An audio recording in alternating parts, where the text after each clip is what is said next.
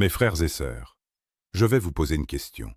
Une question que beaucoup d'entre vous ont dans la tête depuis des années. Peut-être depuis votre nuit de noces. Peut-être depuis que vous vous êtes mariés et que vous avez regardé votre conjoint dans les yeux en vous demandant « Est-ce qu'on a le droit? Est-ce qu'Allah nous pardonnera ?» Et vous n'avez jamais osé la poser à votre imam, parce que c'est gênant, parce que dans notre culture, on ne parle pas de ces choses-là à voix haute. On chuchote. On cherche sur Google à 3 heures du matin. On lit des forums, des sites, des opinions contradictoires. Et au final, on ne sait toujours pas. Alors aujourd'hui, je vais vous répondre, clairement, sans tabou, sans détour. Parce que l'islam n'a jamais eu peur des questions. L'islam a une réponse pour tout.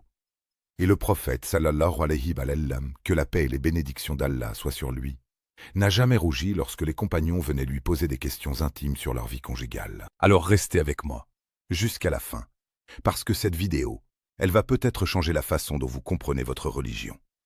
Bismillah. Comprendre la question, ce qu'on nous a mal appris. Avant de parler de préservatif, permettez-moi de vous dire quelque chose d'important. Beaucoup de musulmans grandissent avec l'idée que tout ce qui touche à la sexualité est automatiquement haram, ou du moins suspect. Comme si le corps était une honte, comme si le mariage était uniquement pour les enfants et que tout le reste était toléré à contre-cœur. Et ça, c'est faux. C'est une déviation culturelle, pas une réalité islamique. Saviez-vous que l'islam est l'une des rares religions au monde à avoir accordé à la femme le droit au plaisir dans le mariage? Oui, c'est écrit dans nos livres de fiqh. La femme a le droit d'être satisfaite par son mari. Le prophète sallallahu alayhi wa sallam lui-même a enseigné des choses que je ne dirai pas publiquement ici, mais que les érudits transmettent depuis des siècles dans leurs cours. L'islam ne méprise pas le corps. L'islam sanctifie l'union conjugale, il la sacralise. Il en fait un acte d'adoration. Le prophète sallallahu alayhi wa sallam a dit « Et dans la relation intime de l'un d'entre vous avec son conjoint, il y a une récompense. » Les compagnons ont dit « Ô messager d'Allah, l'un d'entre nous assouvit son désir et il y a une récompense pour cela ?» Il a dit « Oui. » Subhanallah, oui. Allah récompense l'intimité conjugale. Alors maintenant, posons-nous la vraie question. Si l'acte lui-même est une adoration, est-ce que l'usage d'un moyen de contraception le rend interdit? Et c'est là que la vraie discussion commence. Parce que mes frères et sœurs, la question du préservatif en islam ne date pas d'hier. Elle remonte à 1400 ans. Sous une autre forme, mais avec la même problématique de fond. Le AZL, la contraception du temps du prophète, sallallahu alayhi wa sallam. Arrêtez-vous une seconde. Imaginez. On est au 7e siècle. Il n'y a pas de pharmacie, il n'y a pas de pilule, il n'y a pas de préservatif en latex. Mais il y a des hommes qui ont des femmes, des couples qui ont des désirs légitimes, et des situations où ils ne veulent pas d'enfants, pour des raisons économiques, médicales, personnelles. Qu'est-ce qu'ils faisaient? Ils pratiquaient quelque chose qui s'appelle le AZL, en arabe al-Hazel, ce qu'on appelle en français le coït interrompu. Le fait de se retirer avant l'éjaculation pour éviter la conception. Et voici ce qui est extraordinaire. Les compagnons du prophète, sallallahu alayhi wa sallam, pratiquaient le hazel, et le prophète, sallallahu alayhi wa sallam, était au courant. Il le savait, et il n'a pas interdit cette pratique. Jabir ibn Abdillah, qu'Allah soit satisfait de lui, a dit « Nous pratiquions le hazel à l'époque du prophète, sallallahu alayhi wa sallam, et le Coran était révélé. » Il a voulu dire par là, si c'était interdit, Allah l'aurait révélé dans le Coran. Mais ce verset n'est jamais venu. Ce hadith se trouve dans Sahih Muslim. C'est authentique. Ce n'est pas une opinion marginale. Ce n'est pas une fatwa de quelqu'un qui veut être moderne. C'est une réalité documentée depuis 1400 ans. Dans un autre hadith, un homme est venu voir le prophète sallallahu alayhi wa sallam et lui a demandé au sujet du hazl avec une femme esclave. Le prophète sallallahu alayhi wa sallam lui a répondu « Non, ce n'est pas nécessaire, car ce qui est prédestiné à naître, naîtra. » Là, il ne lui a pas dit que c'était haram. Il lui a juste dit que ça ne servait pas forcément, sous-entendant que si Allah veut qu'un enfant naisse, il naîtra malgré tout. Et c'est là que les érudits ont tiré une conclusion fondamentale. La contraception en tant que telle n'est pas interdite en islam. Ce n'est pas un péché de chercher à espacer les naissances ou à les éviter, sous certaines conditions. Maintenant, quel rapport avec le préservatif? Patience, on y arrive. Le préservatif. Un AZL moderne. Mes frères et sœurs, posons-nous la question honnêtement. Qu'est-ce qu'un préservatif fait d'un point de vue fonctionnel? Il empêche la rencontre entre le sperme et l'ovule. Il crée une barrière physique. Il empêche la conception. C'est exactement ce que fait le AZL. La seule différence, c'est la méthode. L'un retire avant l'éjaculation. L'autre utilise une barrière physique pendant l'acte. Le résultat escompté est le même, éviter la grossesse. Et si les érudits de l'islam ont majoritairement conclu que le AZL est permis, avec des conditions que je vais vous expliquer, alors, par analogie, le préservatif entre dans la même catégorie. Les 4 grandes écoles juridiques de l'islam, les hanafites, les malékites, les chaféites et les hanbalites, se sont toutes penchées sur la question du AZL. Et bien qu'elles aient eu des nuances dans leurs approches, la majorité a conclu à sa permissivité dans de nombreuses situations. Ibn Qudama, l'un des plus grands juristes hanbalites, a écrit dans Al-Mughni, un des ouvrages de fiqh les plus respectés, que le hazl avec le consentement de l'épouse est permis. Et sans son consentement, c'est une question plus délicate sur laquelle les érudits ont divergé. Et c'est là que je veux que vous fassiez très attention. Parce que la question n'est pas seulement « est-ce que le préservatif est halal ou haram ?» La vraie question est plus nuancée que ça. Elle a des dimensions, elle a des conditions. Et c'est maintenant qu'on entre dans le cœur du sujet. Les conditions, les cas et les nuances. Je vais vous parler de 3 situations, et dans chacune d'elles, la réponse islamique est différente. Première situation. Le couple marié qui utilise le préservatif pour espacer les naissances. Vous êtes marié, vous avez déjà 2 enfants, vous êtes fatigué, vous avez des dettes, vous voulez vous stabiliser avant d'en avoir un 3e. Vous utilisez le préservatif. La réponse des érudits, c'est permis, à condition que les 2 époux soient d'accord. Pourquoi le consentement des 2? Parce que le droit d'avoir des enfants est un droit partagé dans le mariage. La femme a le droit à la maternité, l'homme a le droit à la paternité. Aucun des 2 ne peut unilatéralement priver l'autre de ce droit sans raison valable. Mais si les 2 sont d'accord, s'il n'y a pas de tromperie, s'il n'y a pas de contrainte, alors il n'y a aucun problème islamique avec l'utilisation d'un moyen de contraception, y compris le préservatif. Le cheikh Ibn Baz, Rahimahullah, l'un des plus grands érudits du XXe siècle, a explicitement dit que la contraception temporaire est permise lorsqu'elle répond à un besoin réel et que les 2 époux y consentent. Le Comité permanent pour la recherche islamique et les fatwas en Arabie saoudite a émis des fatwas dans ce sens. Même Cheikh Al-Outaïmin, que la miséricorde d'Allah soit sur lui, considéré comme l'un des érudits les plus rigoureux de son époque, a dit que la contraception temporaire est permise si elle est justifiée par un besoin, une maladie, une fatigue, une situation économique difficile. Deuxième situation. Le couple marié qui utilise le préservatif pour des raisons médicales. La femme est malade, elle sort d'une opération. Elle prend des médicaments incompatibles avec la grossesse. Les médecins déconseillent fortement une grossesse pendant un certain temps. Ici, la réponse est encore plus claire. C'est non seulement permis, c'est peut-être obligatoire de protéger la santé de l'épouse. Allah a dit dans le Coran « Et ne vous jetez pas vous-même dans la destruction ». Un mari qui force une grossesse sur une femme malade va à l'encontre de la maqasid, les objectifs fondamentaux de la charia, qui incluent la protection de la vie et de la santé. Troisième situation. L'utilisation du préservatif en dehors du mariage. Mes frères et sœurs, je dois vous dire quelque chose clairement ici. L'islam n'a pas de débat sur ce point. La zina, la fornication, est haram. Haram. Ce n'est pas une opinion, ce n'est pas une interprétation culturelle. C'est dans le Coran, dans la Sunna, dans l'Ijma, le consensus unanime de tous les érudits de l'islam depuis 1400 ans. Et l'utilisation d'un préservatif ne rend pas la zina halal. Tout comme le fait de porter une ceinture de sécurité ne rend pas légal de griller un feu rouge à 150 km/h. La protection ne change pas la nature de l'acte. Il y a des gens, et je dis ça avec du respect, mais avec fermeté, qui viennent avec l'argument « mais au moins, si les gens font ça, autant qu'ils se protègent ». C'est un raisonnement de santé publique, pas un raisonnement islamique. Ce n'est pas le cadre dans lequel nous travaillons ici. Dans le cadre islamique, la réponse à la zina n'est pas la contraception. La réponse à la zina, c'est le mariage, c'est la chasteté, c'est la crainte d'Allah. Donc soyons clairs, nous parlons ici exclusivement de l'utilisation du préservatif dans le cadre du mariage. Et maintenant la grande question que beaucoup se posent. Est-ce que l'islam encourage ou décourage d'avoir des enfants? L'enfant dans l'islam. Bénédiction, pas obligation absolue. Voici quelque chose que je veux que vous compreniez profondément. L'islam encourage la procréation. Ce n'est pas une rumeur. Le prophète, que la paix et le salut d'Allah soient sur lui, a dit « Mariez-vous à la femme aimante et prolifique, car je serai fier de votre grand nombre face aux autres nations le jour de la résurrection. » Ce hadith est dans Abu Daoud et An-Nasa'i. L'islam valorise les enfants. Les enfants sont une bénédiction, une richesse, une continuité.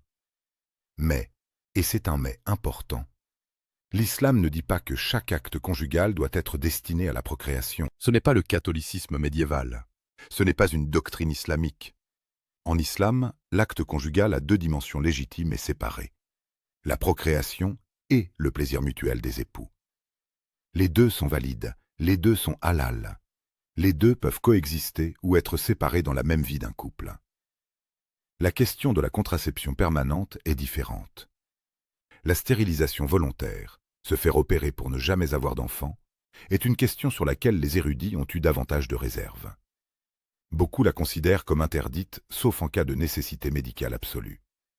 Parce que là, on ne parle plus d'espacer ou d'éviter temporairement, on parle de se fermer définitivement à la procréation, ce qui touche à quelque chose de plus fondamental. Mais le préservatif, la pilule, le stérilet, ces moyens de contraception temporaire et réversibles, ils entrent dans une catégorie différente, ils sont réversibles, ils ne modifient pas le corps de façon permanente. Et si Allah veut qu'un enfant naisse, même avec toutes les protections du monde, il naîtra. Le prophète, que la paix et le salut d'Allah soient sur lui, lui-même l'a dit à propos du hazl. Ce n'est pas nécessaire de vous en soucier, car ce qui est prédestiné naîtra. Subhanallah. Cette parole contient une sagesse profonde. Elle dit en substance, « Faites vos précautions, mais sachez qu'elles sont entre les mains d'Allah. Vous n'avez pas le contrôle absolu, lui seul décide. » Et c'est pour ça que des couples qui utilisent des contraceptifs tombent quand même enceints. Parce qu'Allah est Al-Khaliq, le Créateur. Parce qu'il est Al-Musawwir, celui qui forme les êtres dans les matrices. Parce qu'aucune barrière humaine ne peut arrêter sa volonté. Alors utiliser un préservatif n'est pas une rébellion contre Allah. C'est une action humaine dans le cadre de ce qu'Allah a rendu disponible, tout en sachant que le résultat final appartient à lui. Les fausses idées à démolir. Permettez-moi maintenant de m'adresser directement à certaines choses qu'on entend dans les mosquées, dans les familles, dans certains cercles. Des choses dites avec de bonnes intentions, mais qui sont islamiquement incorrectes. Première fausse idée. Utiliser un préservatif, c'est refuser la risque, la provision d'Allah. J'entends ça souvent, et je comprends d'où ça vient. Ça vient d'un amour sincère pour la tawakkul, la confiance en Allah. Mais c'est une compréhension déformée. La risque de l'enfant vient d'Allah, c'est vrai. Mais prendre des précautions ne contredit pas la tawakkul. Le prophète, que la paix et le salut d'Allah soient sur lui, a dit « Attachez votre chameau, plus fait confiance en Allah. » Si quelqu'un vous dit que laisser votre chameau sans attache, c'est de la tawakkul, ce n'est pas de la confiance en Allah, c'est de la négligence. De même, utiliser un moyen de contraception tout en sachant qu'Allah a le dernier mot, ce n'est pas un manque de confiance en Allah. C'est de la sagesse humaine, dans le cadre de la confiance divine. Deuxième fausse idée. Les enfants, plus on en a, mieux c'est, et refuser d'en avoir, c'est haram. Non, nuancer ne signifie pas rejeter. Islam encourage les enfants, mais n'oblige pas les gens à en avoir un maximum au détriment de leur santé, de leur stabilité ou de leur capacité à bien les élever. Allah dit dans le Coran que celui qui a de l'aisance dépense en proportion de son aisance, et que celui dont les ressources sont limitées dépense de ce qu'Allah lui a accordé. Cette logique de proportionnalité s'applique aussi à la parentalité. Mieux vaut un enfant bien élevé, bien nourri, bien instruit dans sa religion, qu'une dizaine d'enfants abandonnés à eux-mêmes. Ce n'est pas ma parole, c'est la logique des Maqasid al-Sharia, les objectifs fondamentaux de la loi islamique, qui inclut la protection de la raison, de la vie, de la religion et de la progéniture. Troisième fausse idée. Si tu utilises un préservatif, c'est que tu n'as pas confiance en la volonté d'Allah. J'ai déjà répondu à cela. Mais laissez-moi ajouter. Est-ce que vous dites la même chose aux gens qui prennent des médicaments contre le paludisme avant de voyager en zone tropicale? Est-ce que vous dites aux femmes enceintes qu'elles ne devraient pas prendre de suppléments vitaminiques parce que Allah pourvoit? Bien sûr que non. Prendre des précautions est une sunna. Le prophète, que la paix et le salut d'Allah soient sur lui, lui-même se soignait. Il mangeait, il se protégeait, il attachait son chameau. La religion de l'islam est une religion d'équilibre. C'est la wusatiyya, la voie du milieu. Ni extrémisme dans un sens, ni relâchement dans l'autre. Un moment de vérité, parlons-nous vraiment. Je veux m'arrêter une seconde et vous parler directement. Pas comme un savant derrière un pupitre, comme quelqu'un qui comprend la réalité des couples musulmans aujourd'hui. Il y a des couples qui sont épuisés. Des femmes qui ont porté 5 grossesses en 7 ans et dont le corps est à bout. Des hommes qui travaillent 2 emplois et qui voient leurs enfants partir à l'école avec des chaussures trouées. Des couples qui s'aiment, mais qui savent qu'une grossesse de plus en ce moment serait une catastrophe pour leur famille. Et ces couples se retrouvent dans une position terrible. Soit ils s'abstiennent complètement, et on sait que ça crée de la frustration, des tensions, parfois des tentations. Soit ils utilisent un moyen de contraception et se sentent coupables, se demandant si Allah est en colère contre eux. Mes frères et sœurs, cette culpabilité n'est pas méritée. Si vous utilisez un préservatif dans le cadre d'un mariage légal, avec le consentement de votre époux ou épouse, pour des raisons valables, santé, économie, espacement raisonnable, vous n'avez pas à porter ce poids. L'islam ne veut pas vous mettre dans l'impossibilité de vivre. L'islam est une miséricorde. Et nous ne t'avons envoyé qu'en tant que miséricorde pour les univers. Ces paroles s'appliquent aussi à la vie conjugale. Ce qui est haram, clairement et sans ambiguïté, c'est l'avortement après l'ensoufflation de l'âme, généralement à partir du 40e ou 120e jour selon les érudits. La contraception permanente sans nécessité médicale absolue. Tout acte sexuel en dehors du cadre du mariage. Ce qui n'est pas haram. La contraception temporaire et réversible dans le cadre du mariage avec consentement mutuel.